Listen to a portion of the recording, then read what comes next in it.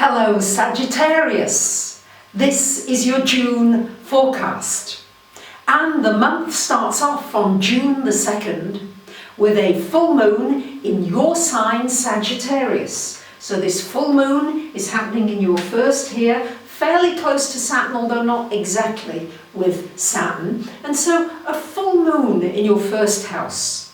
Wherever a full moon is shining always means that it's opposite the sun. So the sun is shining away in your 7th house of relationship, and the moon is drawing your emotions and attention to yourself, to what's important for you. Are you tolerating too much in a relationship? Are you compromising too much?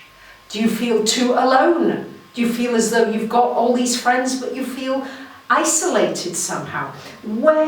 What can you do with this new moon to make yourself feel good? What are the things you can do for yourself to really walk tall, to feel as though you've got your head held high and you've got that usual Sagittarian optimism? Because I know, having Saturn in your sign, so many of you as my clients come to me saying, what am I going to do with Saturn now? It's making me really look at things more seriously. What is it I need to change and look at?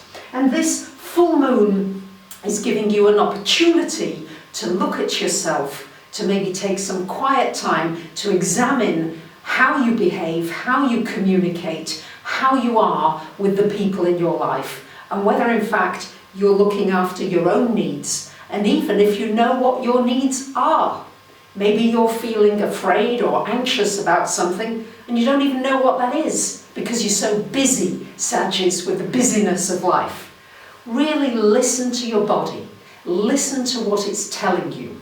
And if you can do that, then this full moon will bring a flash of insight and inspiration to you that's going to make you feel a whole lot better.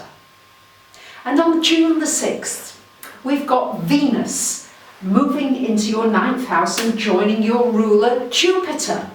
And up here, this is a lovely combination, especially because of the last 3 days of this month, Sag. Venus and Jupiter are conjunct in your 9th house.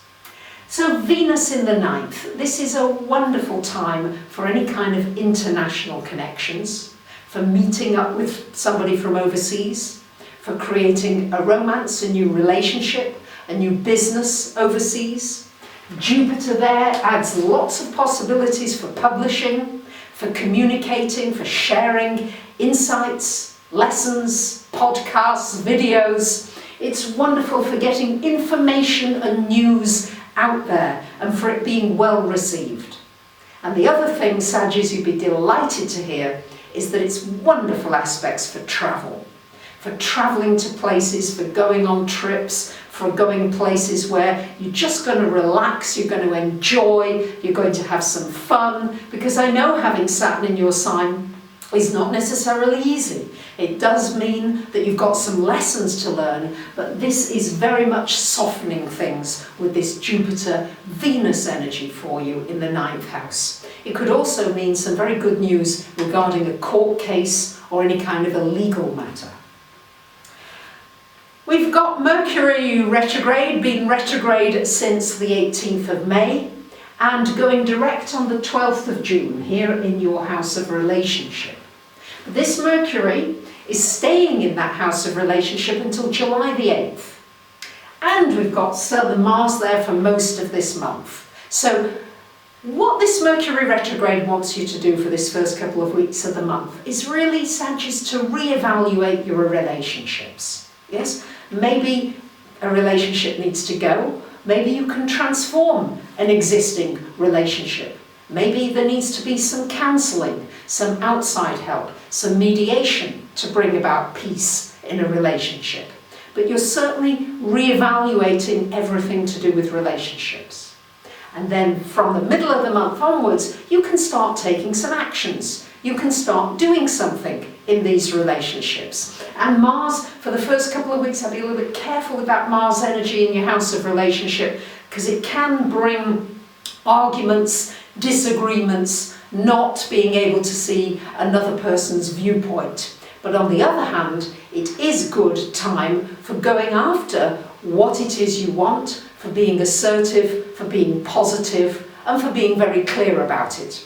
And if there's one sign that's known for being very blunt and clear, it's my lovely Sagittarius. So I'm sure you're going to do a very good job with that. Now, on June the 15th, Saturn is going to go retrograde. Going retrograde here in your 12th house until September the 18th. So it's got a 3-month period where it's just checking in on you. It's saying, okay, what tentacles from the past need to be cut? What completions need to be dealt with? Are there any loose strings hanging around that need to be cut? This is what this Saturn energy is asking from you. So really make the most of those 3 months for completions, but also for revisiting things that maybe you've started a while ago, and you can come back to them now and complete and then move on from the middle of September. And on June the 16th, we've got a lovely new moon happening in your house of relationships. So you've done all this analysing, all this trying to communicate, work out what you want, and here on the 16th you get a breath of fresh air, of new energy for newness in your existing relationships, new relationships possibilities coming in, and a lot of upward, alive energy coming into this area of relationships. So I think it's going to be a very exciting time with people in your life this month.